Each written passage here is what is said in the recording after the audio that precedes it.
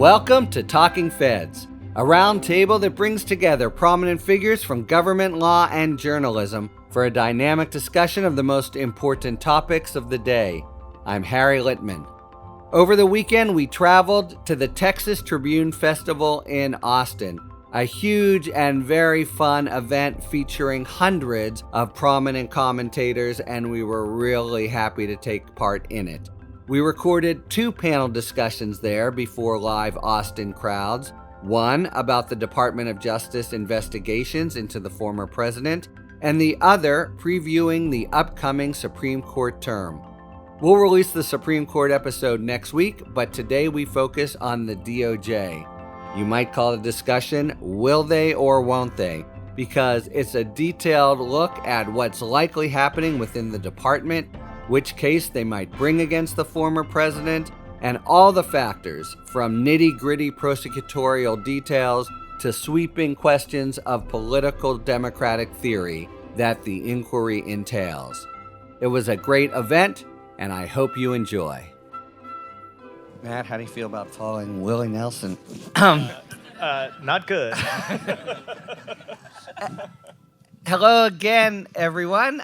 We are back still live in Austin at the Texas Tribune Festival. I'm Harry Littman.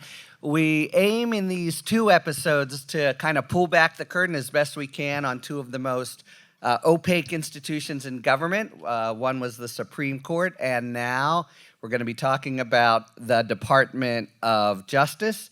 For about an hour, if we can, we'll take a question or 2. We have a fantastic panel to discuss basically what does the DOJ have in store for Donald Trump. And let me just introduce them, starting with Katie Benner. Covers the Department of Justice for the New York Times. In 2018, she was part of a team that won a Pulitzer Prize for reporting on workplace sexual harassment issues. Welcome. Thank you for having me. Matt Miller, a partner at Via Novo and a Texas local. He previously served as director of the Office of Public Affairs for the Department of Justice with Eric Holder. Thanks for having me, Harry. And Charlie Sykes, the editor-in-chief of The Bulwark and the author of How the Right Lost Its Mind. Thank you.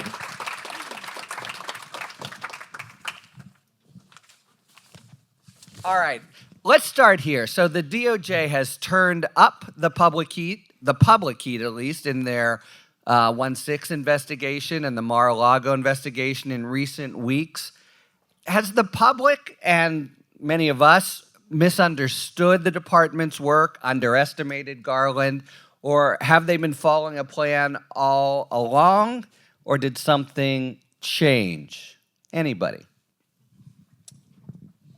I'll start. A couple questions. I think the public and a lot of the legal commentators have underestimated Garland. I think he has very carefully kind of protected his political capital, protected his credibility at great criticism, people thinking he needs to speak out more and be more public. And I think that will serve him well should the department bring charges, because he's established a baseline of not looking political. That said, in terms of why they suddenly turned up the heat and started, turned the January 6th investigation to a very active focus on Trump and the close people around him, I think it's really hard to know what happened. It is very strange that if they thought there was a potential criminal violation, if they thought there was criminal liability, that they waited this long to start subpoenaing those close to Trump and bringing them to the grand jury and looking for documents. My theory all along, perhaps wrongly, had been they didn't think they could make a criminal case against the former president, and so they weren't going to go down that road and build up public expectations, put a lot of pressure on themselves only to see them dashed. So I don't know whether they had a change in their perception of the case, or, as people there will tell you, without saying specifically what's going on with the case, they will tell you, all of you on the outside who used to work in, you should know better. You know that there's things that we know that we're doing that you don't know about, and you're criticizing us saying we're not doing enough. You remember how it was like when you were in the department, people were saying that about you, and you knew they were wrong, but you couldn't say so. So that's, of course, also what you say when you're not doing anything. So it's very hard to know. But that said, I think it's very clear now that they are full steam ahead on the January 6th piece and looking to, try and make a case. What you were saying about building up public expectation, I think that we can't underestimate how much the January 6th committee has, whether or not the department wanted this, has helped the Justice Department in its own investigative steps, because the committee, by holding those hearings, built up public expectation and presented evidence to the public that seemed very compelling, showing that the former president was in some ways culpable for the attack on the Capitol and was truly trying to cling to power when he shouldn't have been. And so having that in the ether, I think, is helpful if you are Merrick Garland and you are trying to run an investigation that is extremely controversial, never been done before, and everybody knows is going to end in tears for pretty much the entire country, no matter what he decides. So I think that was really helpful to the department in terms of allowing an expectation to be built without Garland having to do it himself.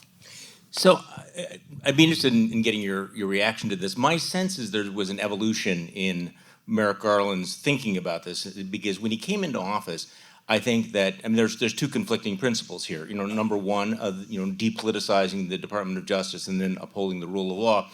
And initially, I think he seemed very, very focused on rebuilding the department, undoing the damage that Bill Barr, et cetera, had done to the Department of Justice. And as part of that, to not have the department perceived as being political in any way whatsoever. But I agree with Katie that, as events have taken place, it's become more and more obvious that the duty of the Department of Justice is now to uphold democracy. Democracy is too important to be left to lawyers, but that's what we have here at this point. Wow. And I do think that Was ever thus, though.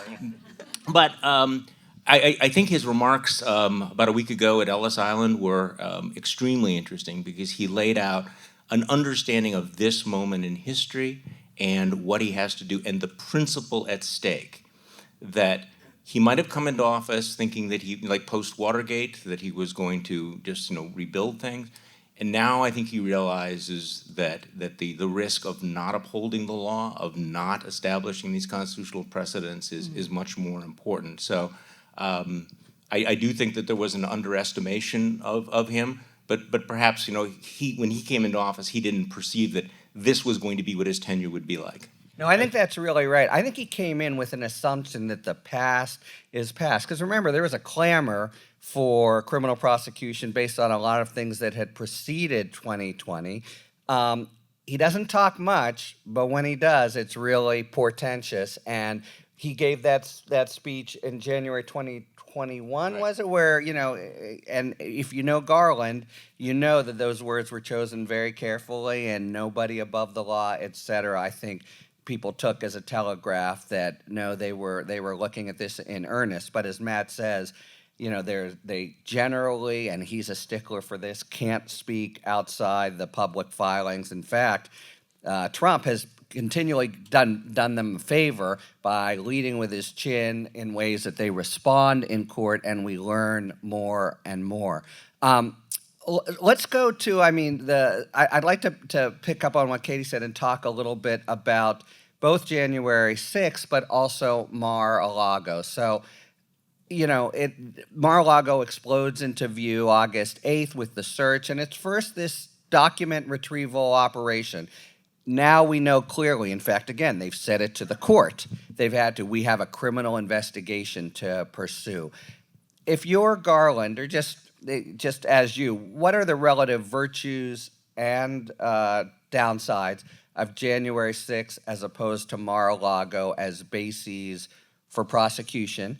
And is there any, one thing we do know is January 6th would take a lot longer to develop. Is there any reasonable prospect that they actually would do both?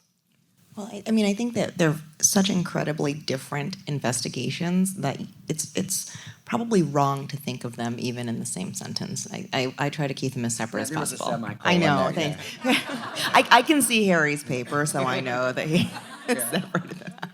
But at the end of the day, the document search case was something that the department was probably taken by surprise. It probably took the department by surprise, because you would think that at the end of the day, when the National Archives asks for their objects back, people do return them. I mean, we definitely have had people leave office with things they shouldn't have had, and they do return them. This is not the first time in history this has ever happened. But it was not only the amount of paper, documents, materials, it was the prolonged period, by which representatives of the former president said they didn't have anything anymore, or that they weren't sure what was going on. And then it leads to this raid because now the Justice Department feels that they have been lied to. And so it feels like a very straightforward case. Somebody takes something they shouldn't have, they keep it when they say they aren't going to, and then they lie to federal authorities about it. And that's what we've seen in the filings. Now that's something that, you can see how that investigation will work, and you know that at some point in time Garland is going to have to say yes or no to charging on one of those statutes. That, again, is so different from what we see with January 6th, which is this sort of complicated mess of investigations. You had the huge investigation into the people who attacked the Capitol. We're trying to figure out their motives. Do those motives lead us somewhere? What about other people involved with these plots to keep Trump in power, whether it was the scheme to have fake electors and several swing states ready to say that they had actually voted for Donald Trump when they hadn't. These are all things the department needs to investigate on their own, and then decide if there's even any connection that they can make in a court of law with evidence that's so compelling that it's beyond a reasonable doubt to a jury that Donald Trump directed any of those things. That is such a much harder hurdle, and that is something that will take so much longer. And I think that it's really, for people who are thinking about whether or not Trump will be prosecuted, the documents case is the one to watch. January 6th is I think, very, very unclear, and it's very nascent. I agree with everything Katie said.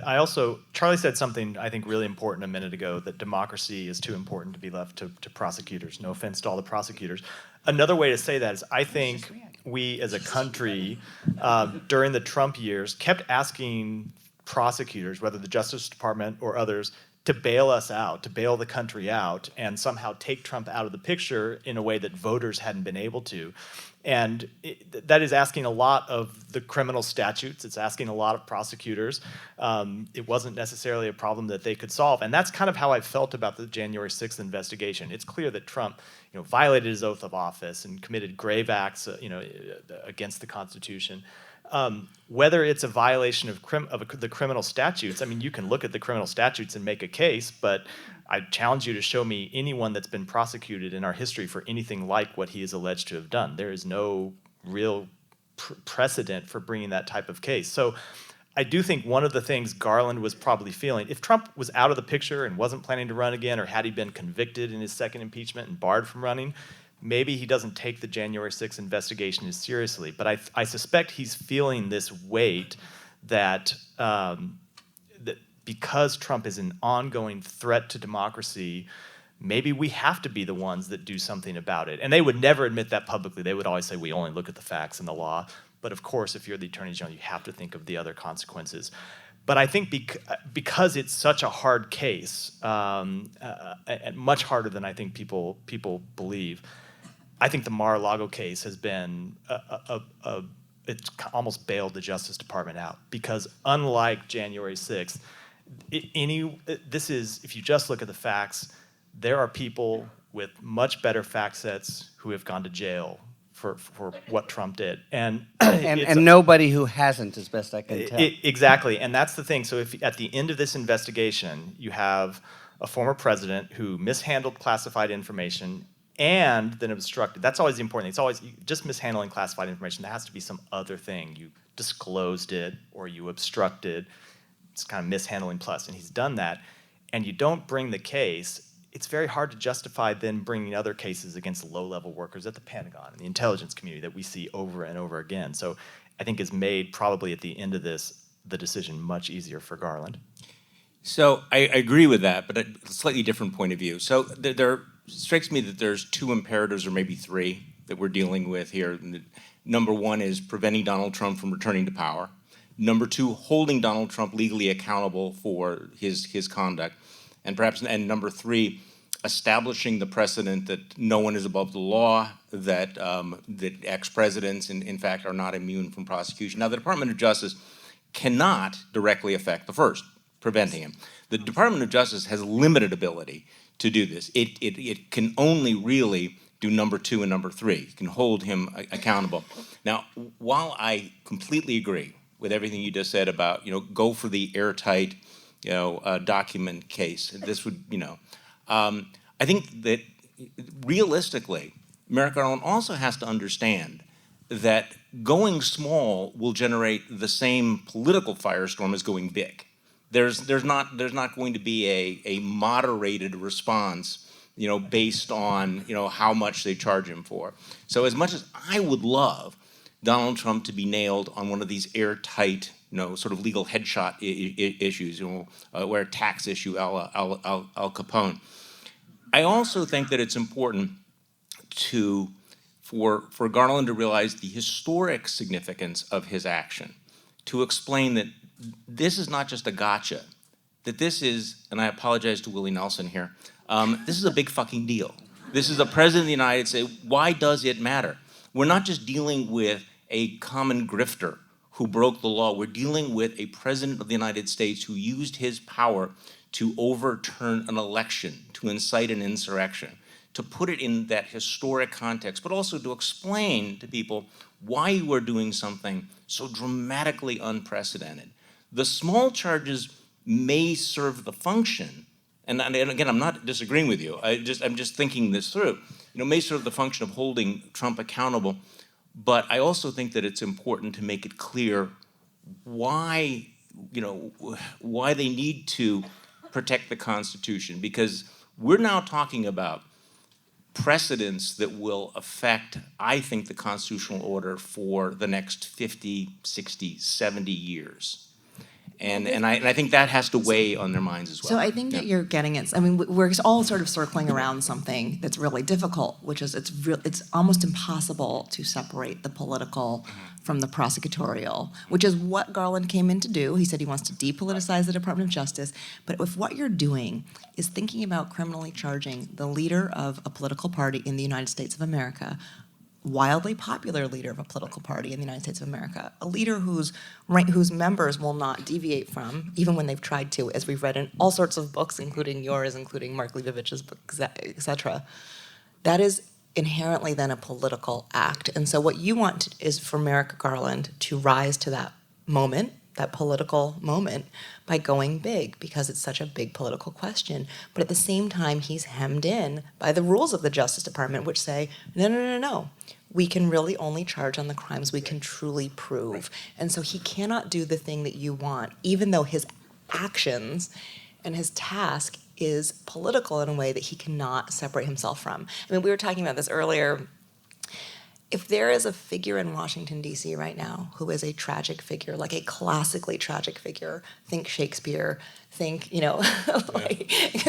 go further back, think, Oedipus, etc. Like, if you think he is in this situation where he must make a choice. He doesn't get to not make the choice. We know he has to, and the choice is going to really, it's not going to resolve the tensions in the country. It's going to inflame them. Yes. And he needs to do it, and he has to say to himself, do I try to protect this bigger system and these bigger ideals, or do I follow the rule book that I'm given that in no way addresses those bigger ideals? So this is like... Exactly. I mean, like when I see Merrick Garland, I don't see, Ed Levy, I don't see, Kennedy. What I see is a classically tragic Greek figure. He wanted to be Ed Levy. That was the hope, and it hasn't. That is. Yeah, but it I guess, be. And I agree with all of that. But in some ways, you said, rise to the to the political role. That's been thrust upon him. Absolutely. He has no choice. He's sort of stuck there. Whatever he does. Yeah. And I think let's be honest about it, there are real risks here. I mean, there are real risks that Trump will be acquitted, that there will be a hung jury, that Trump will be indicted and yet still nominated, that in fact this will accelerate. Convicted and still nominated is a bonus. This will accelerate the skepticism of the rule of law. I mean, all of those risks against the risk of, again, establishing the precedent of not charging him, letting him get away with this, the seditious conspiracy, et cetera. But I agree. This is like Henry IV, but this Lear, beloved, but- Sophie's Choice. This is not exactly. But Yeah, all of this is why the Mar-a-Lago case is the way out for Garland. Look, I think because now that they've launched this full-scale investigation on January 6th, I don't have any doubt if at the end of it they think they can bring charges, win a conviction, and sustain that conviction on appeal, where you'll have some, you will have brought some really novel legal charges that will have to withstand scrutiny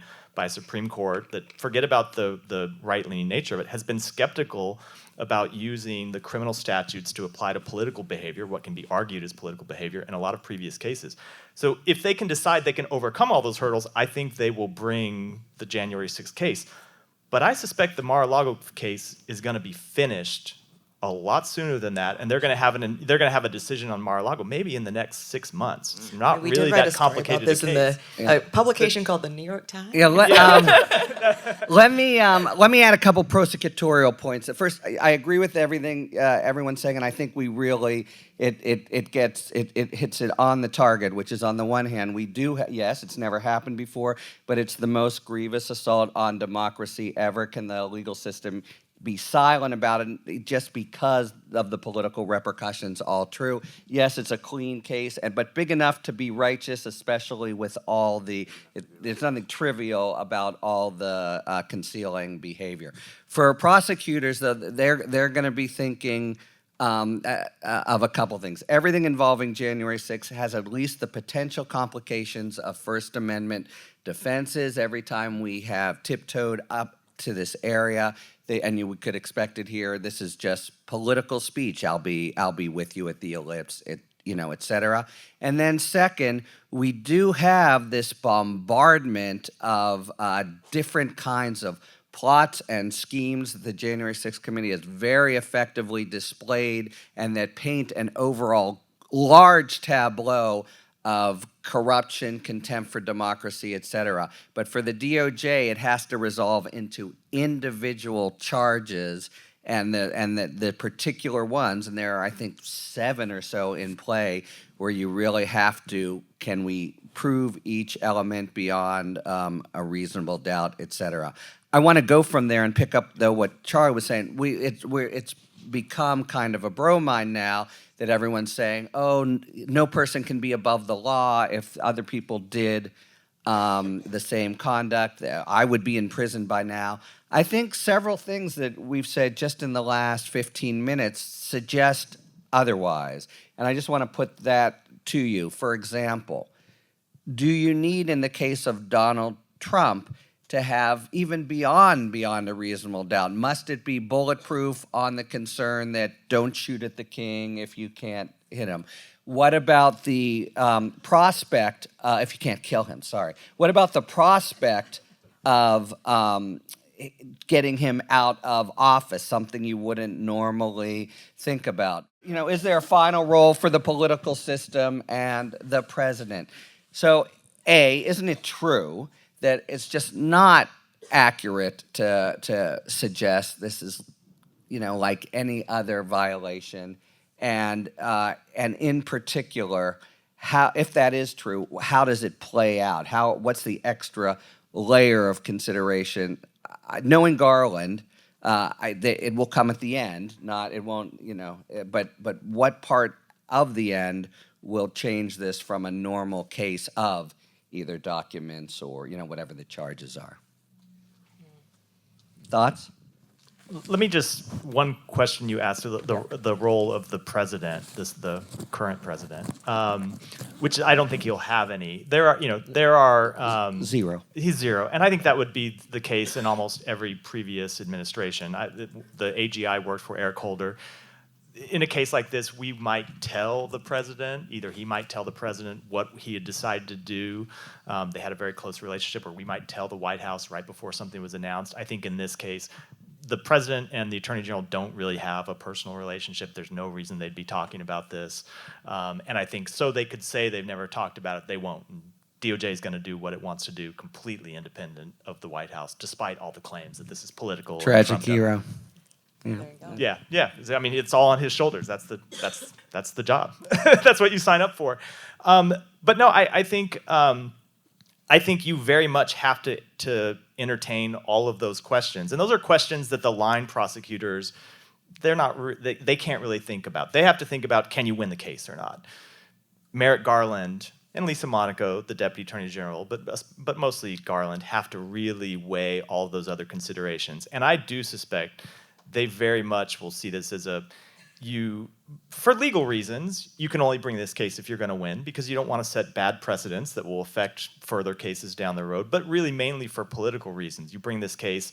Even a hung jury could be disastrous. A hung jury. And there are practical ways when you could see this play out. I think it does play out on whether, it plays out most especially on whether to bring the January 6th case or not. I think it plays out in your decision on venue, whether to bring these charges in Florida or D.C. Everyone know what that on Mar-a-Lago. They're going to have a choice, and there are very good legal reasons why you would argue to bring the case in D.C. The prosecutors there, the court has more experience dealing with these type of cases, national security cases, than Florida does. But I think they will look and see they're more likely to win a conviction in D.C. And there will be people that argue that's an inappropriate consideration, but the department does that all the time in other cases. They bring national security cases in the Eastern District of Virginia because they think they get better juries there. There's no reason it would be inappropriate to do so here. And I think that's the kind of sort of where you have to be a little more political, not partisan political, but a little more political thinking about the effect of your decisions on the health of the country and the health of democracy in making these sorts of determinations. Well, Harry, you sort of touched on one of the elephants in the room, and there are so many, including the failure of the U.S. Senate to actually take the action that would have saved us from all of this. I find it interesting, reading about Mitch McConnell, agonizing about whether he was going to do the right thing, and of course Mitch came back to his default setting and didn't. But you look back on all of the other institutions, all of the other guardrails that did not hold. And that's why I said, democracy is too important to be left to the lawyers or the prosecutors, but that's what we're left with at this point. So, don't forget that really extraordinary moment when our Congress did have the ability to hold him accountable and chose not to. And let me answer a question you didn't ask. Another factor that has to weigh on everyone's mind, including Merrick Garland's, is the fact that the former president is issuing not so veiled threats of violence if they hold him legally accountable. You have the former acting attorney general going on, I think, a Newsmax show saying there would be chaos and anarchy if Donald Trump was indicted. I mean, these are, maybe at one level you could say this is incitement, but there's no question about it. It is a threat. It is intended to be a threat to the Department of Justice. And in some ways, I think that also forces their hand, because the Department of Justice cannot allow itself to be intimidated or bullied in this particular way. The threat of violence cannot trump the rule of law. So that's a crucial part of the dynamic at this point, I think, or it ought to be. And it's an example, he so frequently acts either on his own political instincts, such as they are, and I guess they're not terrible, right? He was president, or just to get past the next 24 hours. But as lawyers, it looks so self-defeating, so counterproductive. When the crucible of the legal system comes in, will he be toast? But it's a good example. We might have thought after 20, he would sort of go away. And he redoubles. And you're right. I mean, one of the things, and this is a typical thing for the department to consider, you have a brazen, unrepentant defendant who is, in fact, if you think about general deterrence, now this is not a general event, but nevertheless, you think about what message is given by inaction here. about equal justice, about democracy, and it's completely noxious for the rule of law in the country. No, please go ahead. So, when we were talking about no one being above the law, I think everybody refers to Watergate. And so I'm listening to everyone speak, and I'm thinking about Watergate again. And that was not a case of nobody being above the law, because the Justice Department never weighed in on Richard Nixon. And so I think that we've also misread that moment in saying that we've never had a president above the law. We actually did. The Justice Department did not need to weigh in because it was the Republican Party that vanquished Richard Nixon. Keep in mind, he was pardoned, so he was never really investigated by the Justice Department. They never had to decide whether or not to bring charges against Richard Nixon. They totally got off the hook. Like Ed Levy, hero to the department, wonderful person, I'm sure.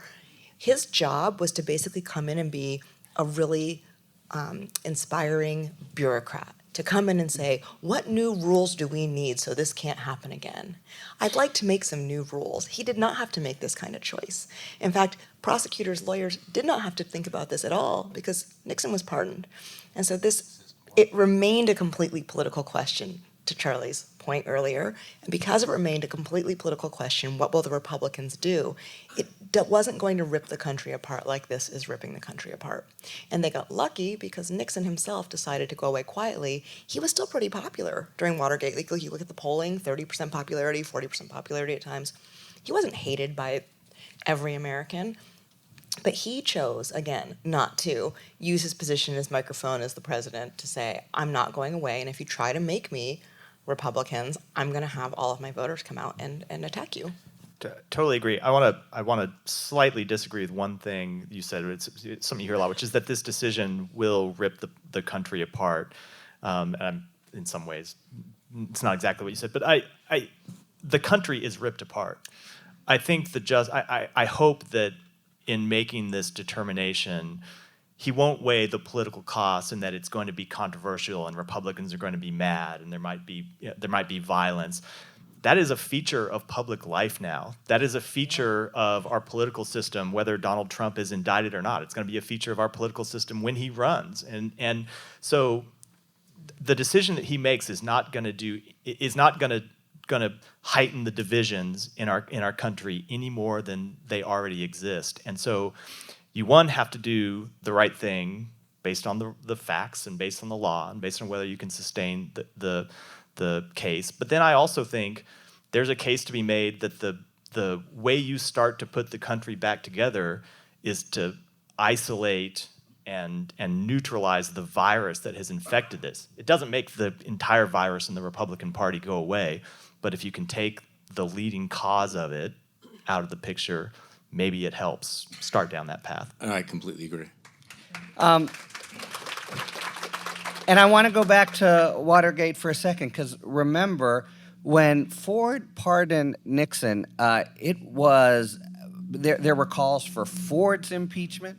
Ford arguably lost the 1980 election as a result, and yet I think there has been a historical verdict in his favor. I think by and large, notwithstanding all the opposition, people think he acted for the best interest of the country, and it probably was for the best interests of the country. And that is about as much of sort of common law as we have here. So that's the sort of lady and tiger terrible position for Garland. There may in fact be a decision that 2, 3, 5 years down the line will be understood, in fact, to have begun a reconciliation, putting the country back on some kind of track. And, it's not... And maybe not. And maybe not, exactly. Now, I wonder, let's move to, for a minute, I'm the prosecutor on the panel. I certainly have opinions here, but I wonder if others do too, a couple sort of nitty-gritty aspects. You've pointed out that Mar-a-Lago could be much closer to bring to actual charging. January 6th, so much to develop. Do you see who are the people that you think the department either is already or is planning to sort of put pressure on and to potentially cooperate against the former president, and what are their prospects? His lawyers. We have the department, I believe this has been reported. Fingers crossed. Do you need to make a phone call? Hold on. Where's my editor? Right. But, In the Washington Post? Hopefully. Sorry, Katie, Someone, sorry. as long as it's already out. Yeah. Call Devlin. Trump's lawyers, one wrote an attestation saying, "We think we've given you everything you need," and then another one, Evan Corcoran wrote the document, and Christina Bobb signed it. And so what they've done is they themselves have falsely represented Christina Moore, because it's her name on the paper, to the federal government, that everything was handed over. And so I think that in a case like this, prosecutors would see that and say, that's an in. We can apply tremendous amounts of pressure on those people because they are the ones who did something wrong, and we kind of have them dead to rights. But Trump is always so tricky. Do people in Trump world ever flip? We have one person who's done it. Didn't work out great for him, right? He's on TV a lot, but other than that, it didn't really, and it also did not affect things. It did not change the outcome for Donald Trump, because it was not enough to have him testifying against, to have Cohen testifying against Donald Trump. So one, people in Trump world don't often flip. So applying that pressure, who knows what you're going to get? And two, when people in Trump's orbit are brought in to speak to investigators or to a grand jury, they then walk out the door and tell everybody in the world what just happened, which is really devastating for the Department of Justice's investigation. It makes it really complicated for them. So even though I think that that's where they would go, there are a lot more considerations than in a normal case. I want to add just one thing to serve up to you guys as well. So it's the lawyers, but also what came up not just in June, but we now know Pat Philbin, who's a definite truth teller and a lawyer of great integrity, testified in the grand jury, and I think it's been publicly reported. In any event, I can't talk out of school. I'm not in school, but he said that Mark Meadows told him that all we have were a dozen boxes with just newspaper clippings. That's screamingly false, right? Before anybody even knows it. Now, Meadows apparently is saying, well, I just took the word of, and although it's been cryptic, I think it has to be the former president. So there are ways in which the legal lines also work in inculpatory possibilities, and especially both Cipollone and Philbin testified in the grand jury, and we've also, we've seen others of the sort of grown-up lawyers sort of part company from the clown car that of lawyers that have otherwise represented him. Sorry, go ahead. I think Katie's right. They definitely want to talk to the lawyers in the Mar-a-Lago case. The other people around Trump, like Tom Fitton, who is not a lawyer, will have no privilege claims, and apparently is the one that came up with this bozo theory that he didn't have to return any of the documents because he misinterpreted a case that Judicial Watch was a party to. And then if it were me, given everything we've discussed about the threats that Donald Trump poses to the country, I would think it argues for giving immunity to everyone around him, even people like Mark Meadows, who maybe have that's a concrete question. Who give immunity to Meadows? Anyone who has, even if they have their own criminal liability, if they can help you make the case against Donald Trump, if you need it. If you don't need Meadows to make the case, then you don't. You consider whether he's a target as well. But if you need the evidence, I would immunize basically everyone around him. And let me just make another prosecutor's point. Meadows is the perfect example. He knows everything, but the normal discussion in a normal case in the Department of Justice would be, he's too high to give immunity to. You've got to charge him and make him cooperate. That's a normal case. Because of what Matt says, I think they could very seriously consider giving him immunity, and he's the keeper of the keys, I think. Sorry. Well, this is more of a question to Katie's point about that really people don't flip. We've only had Michael Cohen who flipped. And I guess the question is whether or not they've really been tested yet. We're now moving into the phase where you're dealing with federal grand juries, and federal judges who are really holding their feet to the fire. And anytime you're dealing with trying to break up an organized crime family, it's only at the point where you really squeeze, the consiglieres, really hard to get them to squeeze. And it's only in it feels like the last few months and weeks that you had people like Mark Meadows who are facing, not just a congressional subpoena, which they can kind of laugh off and blow off because, big deal, but now the possibility of federal grand juries, the possibility of perjuring themselves to a federal grand jury, the stakes are much higher. And I know you're probably going to get to it, but I want to wallow in the joy of the special master here. Donald Trump's choice to be special master. And Judge Deary is really now, telling the lawyers, put up or shut up. I mean, also just reminding us of something we've been saying for years now. It's a very different world to be on Twitter or on Truth Social than in front of a federal judge. And so he's basically saying, okay, you've been saying these things on social media. I want you to say, tell me on the record in my court and tell me by Friday. Which strikes me as that, okay, the rules are changing now. The stakes are changing now. And so we haven't had anybody flip. But is it early days on all of this? It is, but one thing to think about is this is where the two separate cases can interact with each other, because a lot of the people are overlapping and potentially players. The committee, yeah? Yeah, that's right. And the committee, they're both witnesses or subjects in January. Mark Meadows is a classic example in both the January 6th investigation and the Mar-a-Lago investigation. And so if you have criminal liability in one, you might trade away that criminal liability for cooperation on both. And so as both cases proceed, I think there is a chance that you see, and it's not just for the things we think about, but the one thing that Trump's orbit has shown is that when they're under investigation, they obstruct justice, they lie to investigators. That was ultimately the story of the Mueller investigation. The charges they brought were people that tried to obstruct the investigation. Always the story. It's always the story, and it's likely to be one of the stories here that we see develop over the few months. So you could have witnesses in one case who are key to unlocking secrets in the others. What about, including when you talk about the others, there's many others. We have Fulton County, we have the New York AG case, we have maybe the New York DA case. Do you see these, again, sticking within the mindset of Merrick Garland, are they things to try to ignore and blinker out? Are they things to try to, cooperate with? Is there risk of kind of getting their feet crossed in the field? What about all these other cases out there that seem to be coming to fruition more quickly? And again, I guess I would also ask, so does SDNY, will it make an independent choice, or is it all, It's a great question. They will want to make an independent choice. Okay. The sovereign district of New York. There will be difference of opinion on that question. The only choice they're making is whether or not to take a referral.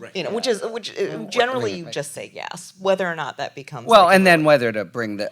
You think immediately the investigation itself will immediately be consolidated? The referral from Tish James. Yeah. Yeah. I mean, you in other words, you think that the case, if they take it, will be worked in D.C.? I think they'll work it. I think it just depends on what she refers. Yeah. They will examine it, and they will determine whether or not this is a standalone thing. Keep in mind, she's looking at activity that happened many, many years ago. Yeah. She is not looking at activity that happened while he was the president of the United States, per se. She's looking at his financial transactions. Yeah. Although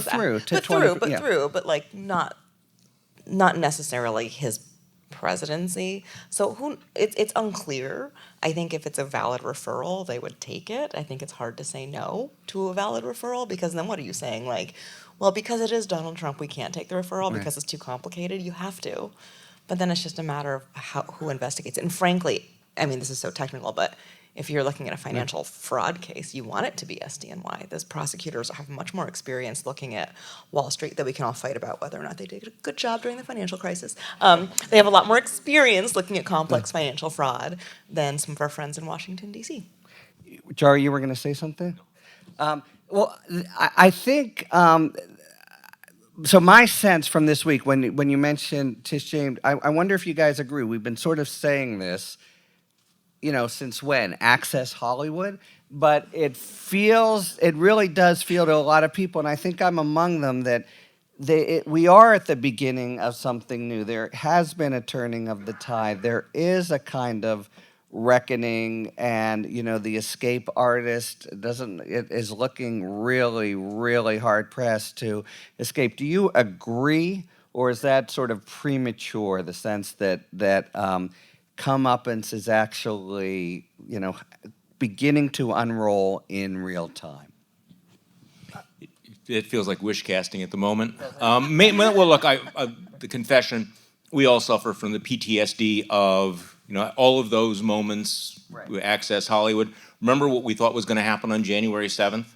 Remember what the world was like, the complete vindication of everyone who said that Trump was a danger, and all the Republicans who were quitting the cabinet and giving speeches on the floor, Kevin McCarthy, that lasted about 5 minutes. There are also some sort of viral, loops that have been put together of all the people, the talking heads on cable television. Nobody here, I don't think, saying, the walls are closing in on Donald Trump. The walls are closing in. I mean, this has been going on for 6 years. So maybe, but the one thing that I can confidently say is that there's no indication that the Republican Party is breaking with him on all of this. Yeah, so that, And this brings up something so interesting to me, because the idea that it was once an inquiry and questions about Donald Trump, because the Republicans haven't broken away from him, because he's in some ways only gained power, in many ways it's so hard to separate this scrutiny of Donald Trump from scrutiny of Republicans in general. And the reason why I think that's important is because, and I say this as somebody who has many Republicans in my family, as I think we actually all do, of course, is that once this benefits Donald Trump so much for us as the public, us in the media, prosecutors in the Justice Department, for it to be tricky for us to separate scrutiny of him from scrutiny of the party. It really helps him, because nobody wants in the United States of America to say one of its own political parties is rotten, needs to be vanquished, needs to be routed, needs to be shut down, because that's not the way the country was designed. That is another way of saying the democratic experiment has failed. And we don't want to say that. So by twinning himself with the party, and by the party not extricating itself from him, it helps him so much, because who here in this room wants to sit and say, democracy does not work anymore. We have a completely failed party. You do. Well, that was your book. Yeah. So I mean, and Charlie will be signing books after that. So I do think it's the beginning of the end of Trump, not Trumpism. And I don't believe that because of the New York case, the January 6th case, or the Georgia case. I believe it only because of the Mar-a-Lago case, where I think he will be indicted. I think he will be convicted. And I know he's a 76-year-old first-time offender, but I think convicted offender. But I think if you look at other cases where people have been convicted of mishandling of classified information and obstruction, which I think he's likely to be in both, they go to jail. And so you see him going to jail? Who knows how it will play out, but if you look at this through the lens of previous cases with this fact set, those defendants get jailed unless they plead guilty. And so if he wants to plead guilty and bargain down to no jail, maybe. Like but that seems like Petraeus, exactly. But that seems unlikely that he's ever going to get. Just Matt, from your lips to God's ears.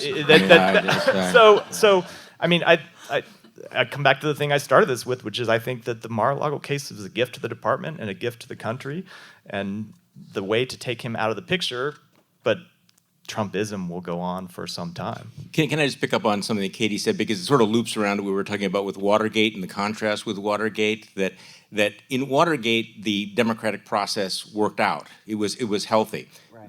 That we no longer have that kind of healthy process. We also have a very, very different media information ecosystem, and I strongly believe that if Richard Nixon had the media ecosystem that we have right now, that he would have survived. Mm-hmm. If the Republican Party would have stuck with him, if he would have had Fox News and all of the acolytes, that would have played out very, very differently. So yes, that we are in a very, very different world than Watergate.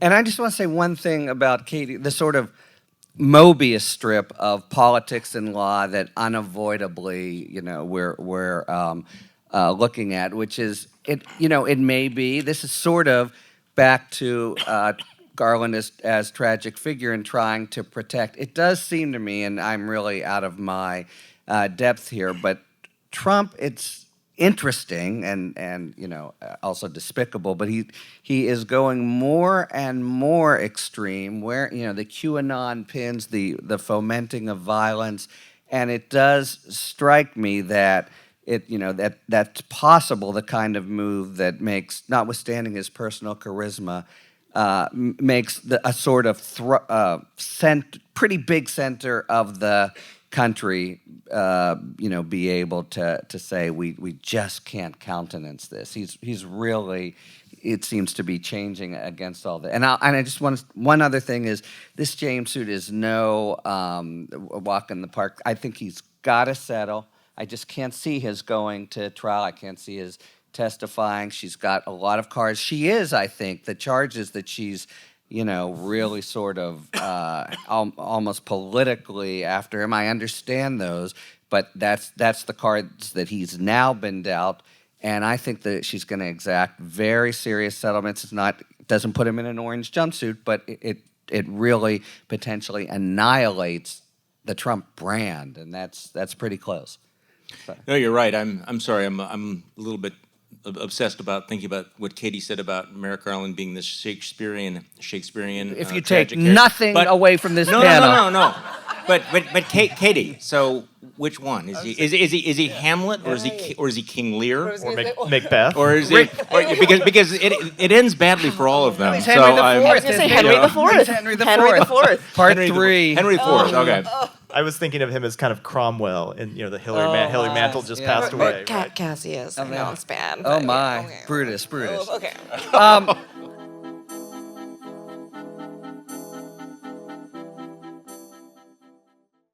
All right, it is now time for a spirited debate brought to you by our sponsor, Total Wine and More. Each episode, you'll be hearing an expert talk about the pros and cons of a particular issue in the world of wine, spirit, and beverages. Thank you, Harry.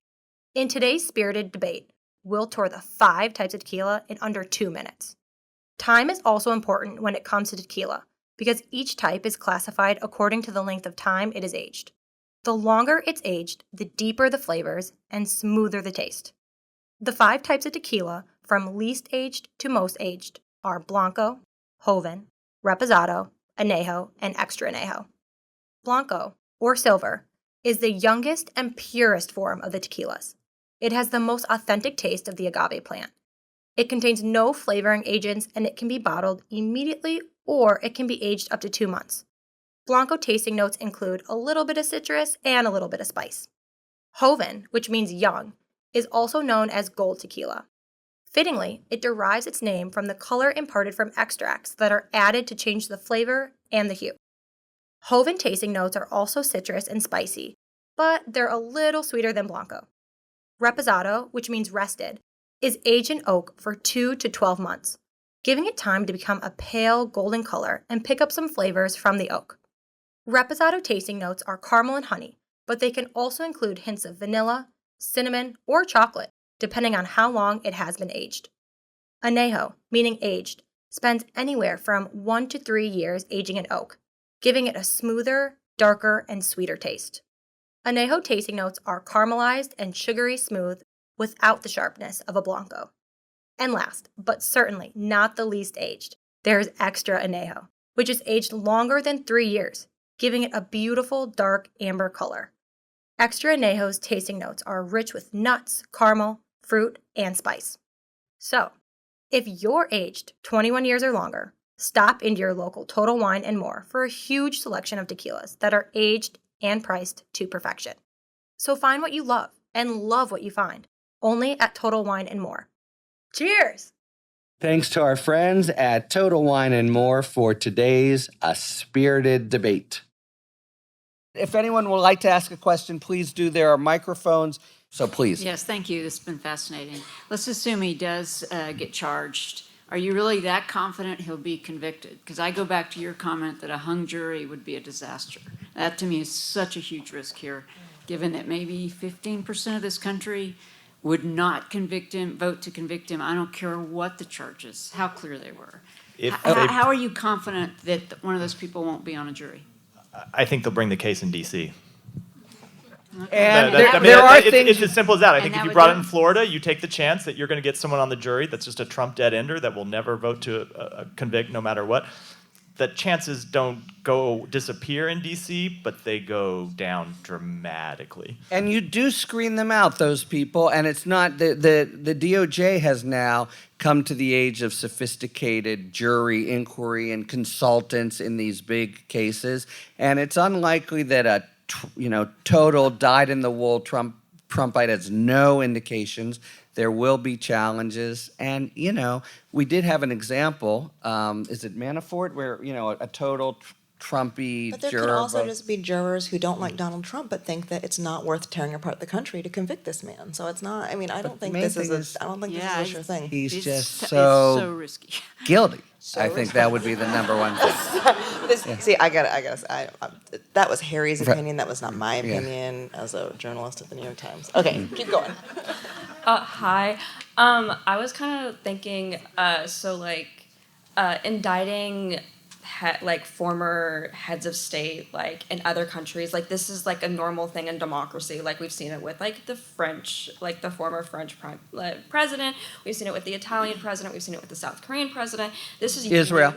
Israel. This is new for the United States. This hasn't happened before. So what's going to happen to democracy if he isn't indicted and if we don't follow the laws the way we're supposed to? Yeah, you're right. And it certainly takes the shine off of American exceptionalism. American exceptionalism is built on this idea that we don't have to do what happened in Israel and France because our democracy works. Our founders knew what they were doing, and our system is better. So suddenly we're not better. See Watergate. And so how then do we say we should run the world? How do we then say we should be making these foreign policy decisions that we know better? I mean, it really is not just a matter of rule of law question. There are so many bigger consequences in terms of what it means to be an American that we will have to face. That's a fantastic point, I just want to say. I just admired that as a host. Sorry, go ahead. Hi there. So whether Trump is prosecuted or not, or convicted or not, I think the threat of violence is just so real. And on the one hand, it just scares the heck out of me. On the other hand, I think, what are we afraid of? Are we afraid that law enforcement or our National Guard will not back us, will not stand up for us? I just want to know what your opinions are, because Let me take this one. As a prosecutor, because we've got a run of profanity in each of the last thing. Lock them the fuck up. You can do it. It's not that hard. No, that's exactly right. Charlie made the point earlier. You can't be bullied by threats of violence. And if there are threats of violence, you treat them the way we treated the people who stormed the Capitol. You throw them all in jail. We've had very violent periods before in the history of the country as well. And not that we want them to see them happen again.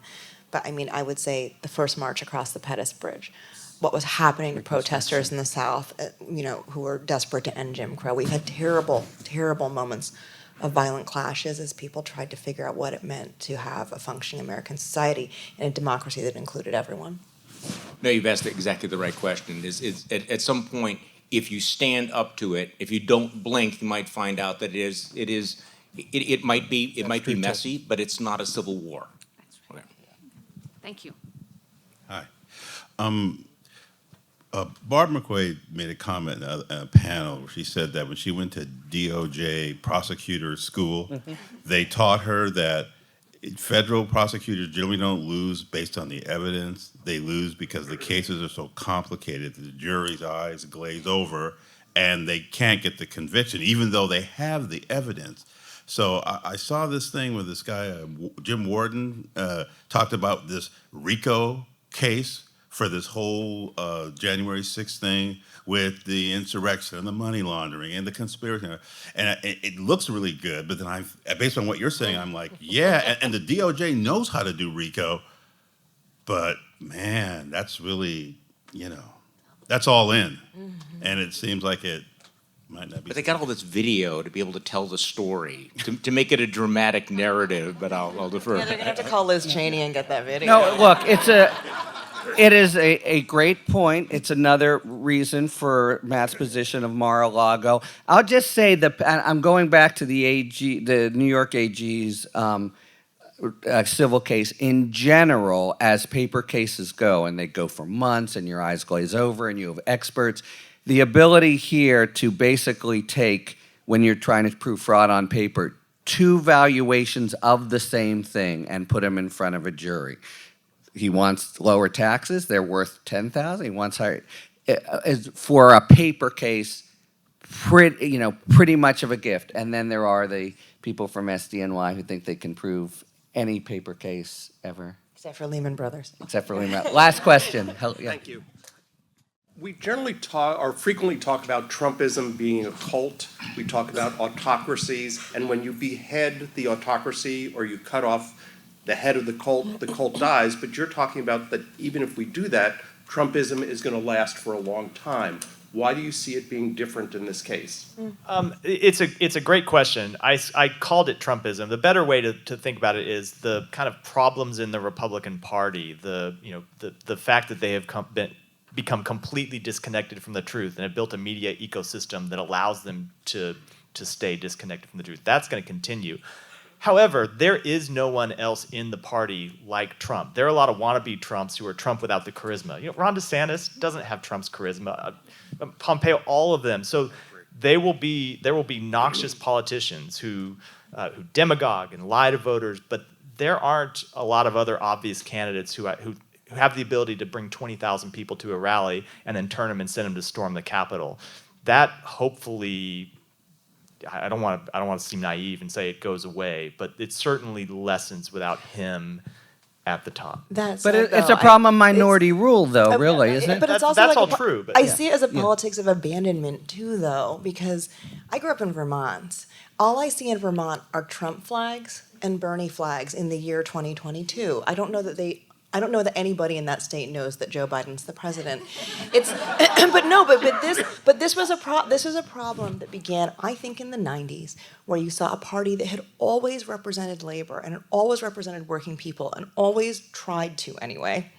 But the Democrats abandoned huge swaths of the country as they became technocrats, as they wanted to also become a party that represented moneyed interests, which the Republicans have been much more successful at. So now you have two parties that have essentially abandoned huge parts of an America that I am part of. My dad worked in a factory my entire life until that factory shut down, and he found another one, because they kept shutting down.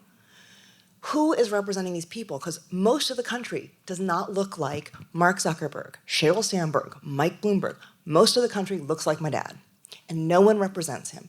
So Trumpism is going to stay as long as Trumpism claims to, whether or not it does, claims to represent a huge number of people in the United States of America that, I'm so sorry, most Democrats do not care about.